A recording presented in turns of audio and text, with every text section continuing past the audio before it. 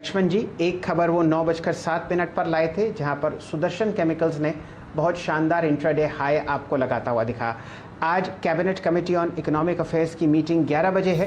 क्या दो अहम चीज़ें डिस्कस होती हुई दिख सकती हैं, वो आपको बताएंगे हमारे मित्र और पॉलिसी एडिटर लक्ष्मण जी।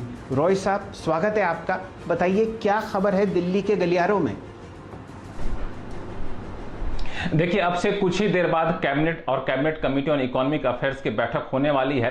कुल 4 फैसले होने हैं, लेकिन 2 फैसले काफी महत्वपूर्ण है हमारे दर्शकों के लिए, उसको मैं बताना चाहूंगा। सबसे अहम फैसला है फर्टिलाइजर सेक्टर के लिए। रामागुंडम फर्टिलाइजर एंड केमिकल एक कंपनी है। इस रामागुंडम फर्टिलाइजर कंपनी को सरकार नेशनल इन्वेस्टमेंट पॉलिसी के तहत लाना चाहती है। पॉलिसी की बात बाद में बताऊं, लेकिन रामागुंडम के बारे में बता दूं कि रामागुंडम फर्टिलाइजर नेशनल फर्टिलाइजर साथ ही साथ इंजीनियर्स इंडिया लिमिटेड यानी EIL, fertilizer corporation of India limited FCIL, इन तीनों की ज्वाइंट वेंचर कंपनी है। तीनों की इसमें बराबर बराबर की हिस्सेदारी है। और इस रामागुंडम फर्टिलाइजर को नेशनल इन्वेस्टमेंट पॉलिसी के तहत लाने का मुख्य मकसद यह है कि इस कंपनी में निजी निवेश, प्राइवेट इन्वेस्टमेंट ज्यादा से ज्यादा लाया जा सके, लंबे समय तक के लाया जा सके। इन कंपनी को फाइनेंसिंग आसान शर्तों पर, सस्ती दरों पर मुहैया कराया से। गैस बेस्ड यूरिया प्लांट है तो गैस सस्ती दरों पर प्राथमिकता के तौर पर इसको मिले। तो ये सारी कोशिश होगी जैसे ये प्रस्ताव पर मंजूरी हो जाएगी और नेशनल इन्वेस्टमेंट पॉलिसी के तहत ये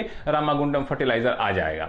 एक दूसरी जो बड़ी खबर है वो है रेलवे सेक्टर के लिए। रेलवे लगातार अतिरिक्त स्पेक्ट्रम की मांग करता रहा है, तो रेलवे को अतिरिक्त स्पेक्ट्रम आवंटित करने का प्रस्ताव कैबिनेट में है। इसे भी मंजूरी मिलने की पूरी संभावना है। चलिए लक्ष्मण जी, 2 स्टॉक्स आपकी जो खबर हैं उससे जुड़े हुए हैं और आप भी हमारे साथ जुड़े रहिए। सबसे पहले लाइए नेशनल फर्टिलाइजर का चार्ट, आपको बढ़िया तरीके से मूव करता हुआ दिखेगा और तेजी आपको दिख रही है रेल टेल में, जो आपको 143 रुपए पर 77 लाख की ब्लॉक डील करता हुआ दिख रहा है। सबसे पहले चंदन तपड़िया साहब, नेशनल फर्टिलाइजर लिमिटेड, और उसके बाद जरा चर्चा करेंगे रेल टेल की। बताइए 73 रुपए 20 पैसे पर नेशनल फर्टिलाइजर आपको कैसा लगता है? काफी बढ़िया लग रहा है यहाँ पे नेशनल फर्टिलाइजर। आप देखोगे 4 वीक से ये लगभग 73.20, 73.50 बार बार उस लेवल पे हर्डल बना रहा है, 73.70। और ऐसा लग रहा है कि अब लगभग 4 वीक 5 वीक का कंसोलिडेशन पूरा हुआ है। 18-19 दिनों के पोल एंड फ्लेग के बाद अब यहाँ पे बड़ा मूवमेंट आना चाहिए। इवन मंथली चार्ट भी काफी अच्छा है, डेली वीकली पॉजिटिव सेंटीमेंट है। तो मौजूदा लेवल पे ले आपको यहाँ पे 70 रुपए का स्टॉप लॉस होगा। कम से कम आपको 79 से 80 तक के अपसाइड इस काउंटर में बनेंगे। अब लेके आते हैं आपके सामने रेल टेल का स्टॉक, और आपने पिछले कुछ दिनों में बहुत शानदार तेजी IRFCTC में देखी है, बढ़िया इरकॉन में देखी है। रेल टेल का स्टॉक लाइए डायरेक्टर साहब स्क्रीन पर। मेरे सामने प्राइस है 145 और यहाँ पर बहुत बढ़िया मूव आता हुआ दिखेगा। ये सरकारी कंपनी है, इनको ज़रूरत है स्पेक्ट्रम की, डेटा सेंटर्स और लगभग 7000 रेलवे स्टेशंस पर आपको ये कनेक्टिविटी प्रोवाइड करते हुए दिखते हैं। यहाँ पर टिप्पणी कीजिए चंदन तपड़िया साहब, 145 प्राइस आपके सामने और बढ़िया ब्लॉक डील्स होती हुई। जी बिल्कुल, रेल टेल देखे तो सेल जी काफी अच्छा प्राइस पैटर्न है। इनफैक्ट ये 5-6 महीने पहले इस काउंटर की लिस्टिंग थी और जैसा कि पहले जिक्र किया, सारे के सारे आईपीओ कंपनीज है, उनमें कंसोलिडेशन ब्रेकआउट हो रहा है और सब अपने न्यू लाइफ टाइम हाई पे जाने के लिए तैयार हो रहे हैं। वीकली चार्ट सेटअप को देखें तो लगभग पिछले 10-11 वीक की मशक्कत के बाद ये 135 और 142 के हर्डल को पार किया। तो अपमू बनना चाहिए और जिस हिसाब से खबरों और सुर्खियों में काउंटर है, अपमू यहाँ पे बरकरार रहेगा।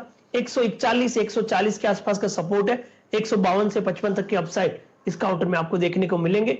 और IRCTC और दूसरे कंपनीज के साथ ये स्टॉक्स भी वापस अपने फोकस में आना चाहिए। टेल पर जरा और चर्चा करते हैं। यहाँ पर मैं आपको कुछ डेटा देता हूँ। आप IT और IT नेटवर्क्स मेंटेन करते हैं सरकारी रेलवे महकमे का, और काफ़ी सारे जो आपके इक्विपमेंट हैं वो डील करते हैं डिफेंस और सिक्योरिटी से।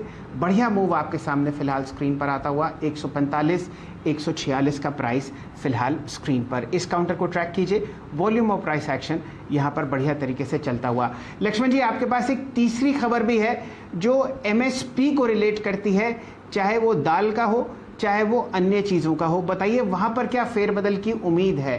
फिलहाल 2 काउंटर्स आपके खबरों पर चलते हुए, नेशनल फर्टिलाइजर और आपके सामने रेल टेल। तीसरी खबर क्या है?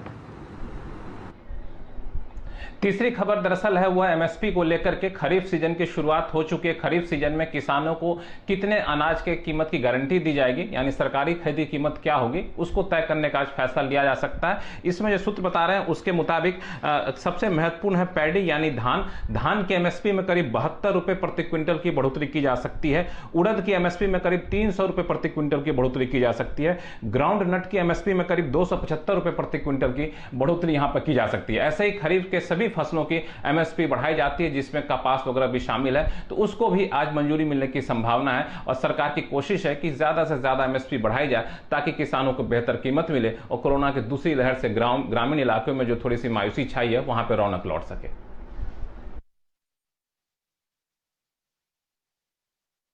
तो हम लोग 3 खबरें ट्रैक कर रहे हैं दिल्ली से। आज cabinet committee on economic affairs की जो मीटिंग है वो आपको 11 बजे शुरू होती हुई दिखेगी और जो प्रपोजल्स डिस्कस हो सकते हैं, रेलटेल के लिए अहम चीज़ है, इस स्टॉक पर आपको ध्यान देना है।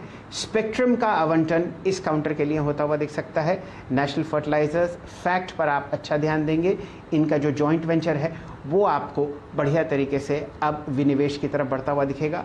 और फसलों में आपने एमएस